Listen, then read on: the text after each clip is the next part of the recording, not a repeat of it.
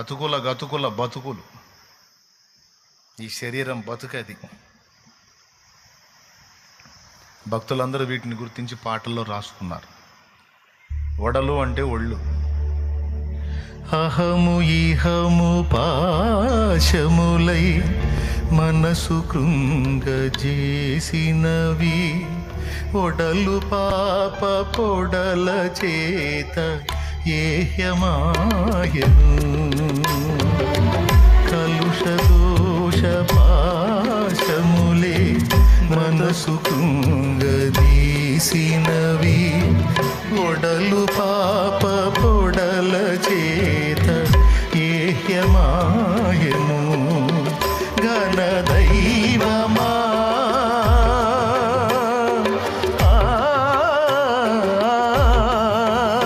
ఘనదైవమా ఈ తరుణమించి శరణమీయుమా. అనుదినము నీదు ఆశ్రయాన నన్ను నింపుమా,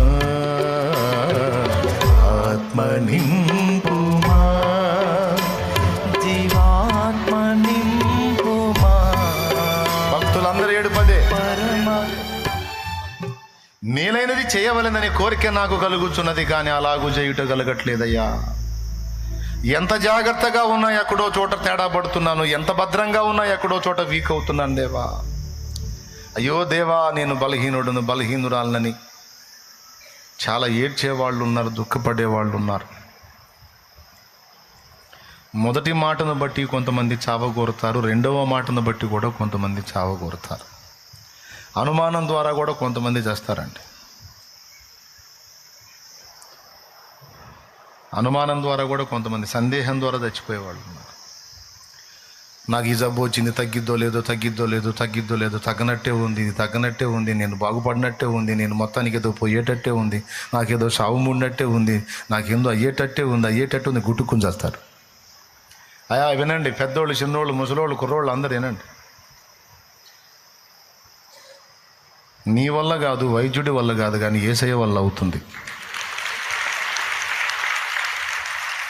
నీ వల్ల కాదు, వైద్యుడి వల్ల కాదు, యేసయ్య వల్ల అవుతుంది. ఆయన అవసరమైతే నీ కాలానికి ముందే నిన్ను గాజేయగలడు, అవసరమైతే ఇంకొక 40 ఏళ్ళు నీ లైఫ్లో పొడిగించనుగలడు, 15 ఏళ్ళు పొడిగించనుగలడు. హిజ్కియా నా పని అయిపోయింది అనుకున్నాడు. దేవుణ్ణి అడిగాడు, ఏమయ్యా ఎందుకు ఏడుస్తున్నావు అన్నాడు. ఇంకా బతకాలని ఉంది అన్నాడు. బతకాలా? సరిపో, ఇంకో 2 ఏళ్ళు బతుకుపో అనలా, ఏకంగా 15 ఏళ్ళు బతుకుపో అన్నాడు. సరే నువ్వు పొడిచేది ఏదో పొడు, 15 ఏళ్ళు ఇస్తున్నా పో అన్నాడు. ఏందండి 15 ఏళ్ళు అంటే మామూలు విషయమా? అయిపోయింది అన్నోడికి 15 ఏళ్ళు పొడిగిచ్చాడు సోదరా. నరుని ఆయుష్కాలం ఉంటే 10 ఏళ్ళు, అధిక బలం ఉన్న 80 ఏళ్ళు అని, 80 ఏళ్ళకి క్లైమాక్స్ అని చెప్పిన మోషేకి 80 ఏళ్ళకు వచ్చి దర్శించి ఇంకో 40 ఏళ్ల జీవిత కాలాన్ని పొడిగించి 80తోనే అయిపోయిందిరా జీవితం అన్నోడికి ఇంకో 40 కలిపి 120 అనిపించాడు. కొంతమందికి అనుమానం, నా పరిస్థితులు మారో, నా దరిద్రం పోదు, నా అప్పులు తీరో, నా జీవితం మారదు, నా బతుకు ఇంతే, దేవుడు కూడా కనికరం లేదు, దేవుడు కూడా వదిలేశాడు, దేవుడు నన్ను కరుణించడు, దేవుడు కూడా నేను నచ్చలేదు, నేను ఎవరికి ఇష్టం లేదు, మనుషులకి ఇష్టం లేదు, దేవుడికి ఇష్టం లేదు, నా పరిస్థితులు మారో అనుమానం, సందేహంతో చచ్చిపోతారు.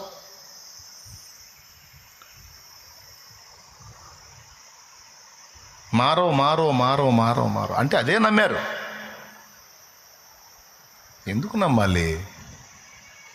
నీ ప్రాణం ఉన్నంత వరకు నీకు నిరీక్షణ ఉంది. నువ్వు బతికున్నంత వరకు నీకు నిరీక్షణ ఉంది. నీ భూమి మీద దేవుడు ఊహించినంత వరకు నీకు నిరీక్షణ ఉంది. ఏ ఘడియలోనైనా నీ పరిస్థితులు మారవచ్చు, దేవుడు ఖచ్చితంగా మార్చవచ్చు. నువ్వు అదెందుకు నమ్మవు? ఏదైనా విశ్వాసమేగా. మారదు, నేను పోతా, నాకు తగ్గదు, ఇదేరో, ఈ బతికింతే, ఇది మారదు అని ఆయన అనుకోవటం విశ్వాసమే. మారిద్ది, ఖచ్చితంగా స్వస్థపరుస్తాడు, బాగుపడతాను, విడుదల పొందుతాను, నా బాధలు తీరతాయి, నా అప్పులు తీరతాయి, దేవుడు నాకు నూతన జీవితాన్ని ఇస్తాడు అనేది కూడా విశ్వాసమే. నీ దరిద్రం కాకపోతే నువ్వు అలా అనుకునేదేదో ఇలా అనుకో. ఏమయ్యా, అవునా కాదా? ఏదైనా అనుకోవటమేగా. నువ్వు అలా ఎందుకు అనుకుంటున్నావు సైతానుగాడి ఆలోచన. నువ్వు వాడికి ఎందుకు అవకాశం ఇస్తున్నావు? నేను ఎందుకు ఇంత సేటు కొట్టుకొని చెప్తున్నాను తెలుసా? ఇన్ని మాటలు ఏంటా కూడా చేస్తున్నారు, అందుకని చెబుతున్నా. ఇంతసేటు గొంతు దించుకొని మొత్తుకొని ఇంత ధైర్యం చెప్పి ఇన్ని రకాలుగా చెప్తున్నా కూడా ఎక్కడో చోట ఏదో ఒక వార్త వస్తానే ఉంది సచ్చారని. కడుపులో మండిపోతుంది, వాళ్ళని మళ్ళీ బతికించి 4 బాధాలు అనిపిస్తుంది. నేనేం చెప్పాను, ఎందుకు ఇట్లా చేశామని. అందుకు శాలేమన్న ఎందుకు ఇట్లా చెప్తాడు, ఈ విషయాలు ఎందుకు చెప్తాడంటే మైండ్ పోయి కాదు, లేకపోతే వేరే సబ్జెక్ట్ లేక కాదు. ఇప్పుడు హృదయాల పరిస్థితి ఎలా ఉందో దేవుని ఆత్మకు తెలుసు కనుక ఆయన మాట్లాడతాడు. అందుకని ఇక్కడికి వచ్చినప్పుడు ఆయన వశానికి అప్పగించుకొని మాట్లాడతా. లేకపోతే ఏదో సబ్జెక్ట్ చెప్పుకొని మమ అనిపించుకొని పోవచ్చు, అబ్బాయి పండితుడు అనిపించుకొని. ఆ పాండిత్యం ఉడుకు కావాలి, చచ్చేవాడు బతకాలి,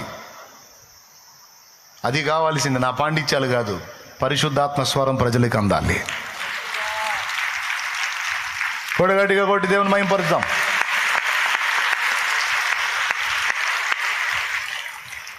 స్తోత్రం చెప్పండి బిడ్డలారా. నా మాటలు తీవ్రంగా తీసుకుంటున్నారా, వదిలేస్తున్నారా? తీసుకుంటే ఇప్పుడు ఇకిలిత్త కూర్చున్న నువ్వు పోయి ఇంక 4 రోజుల్లో ఏదో అవ్వచ్చు. ఈ మాటలన్నీ పోగొట్టుకున్నావంటే ఇంకో 10 రోజుల్లో ఏదో ఒకటి చేసుకోవచ్చు, చేయగలిగింది ఏం లేదు. అందుకే కూర్చున్నప్పుడు మైండ్ని ఎక్కడో సంచారం బాగోనీయకుండా ఏం చెప్తున్నాడో దేవుడిని అడిగాను, ప్రార్థన చేశాను, నా తండ్రి నాతో ఏం మాట్లాడుతున్నాడని మనసు పెట్టి తీసుకోవాలి, హృదయంలోకి తీసుకోవాలి. నువ్వు నెగిటివ్గా ఎందుకు అనుకుంటున్నావు? పాజిటివ్గా అనుకో. ఏదైనా అనుకోవటమేగా. నా అప్పులు తీరు, నా బాధలు పోవు, నా పరిస్థితులు మారు, నేను బాగుపడను, నా పిల్లలు మారరు, నా ఇల్లు మారదు, నా సంసారం మారదు, నా శరీరంలో రోగం తగ్గదు, నాకేంత ఇంకా ఎక్కువ అవుతుంది, షుగర్ ఎంత ఇంకా పెరిగిపోతుంది, బీపీ అని ఇంకా పెరిగిపోతుంది, గుండె దాడని ఇంకా పెరిగిపోతుంది అనుకుంటాం. ఇంకా పెరిగి టపమంటాం.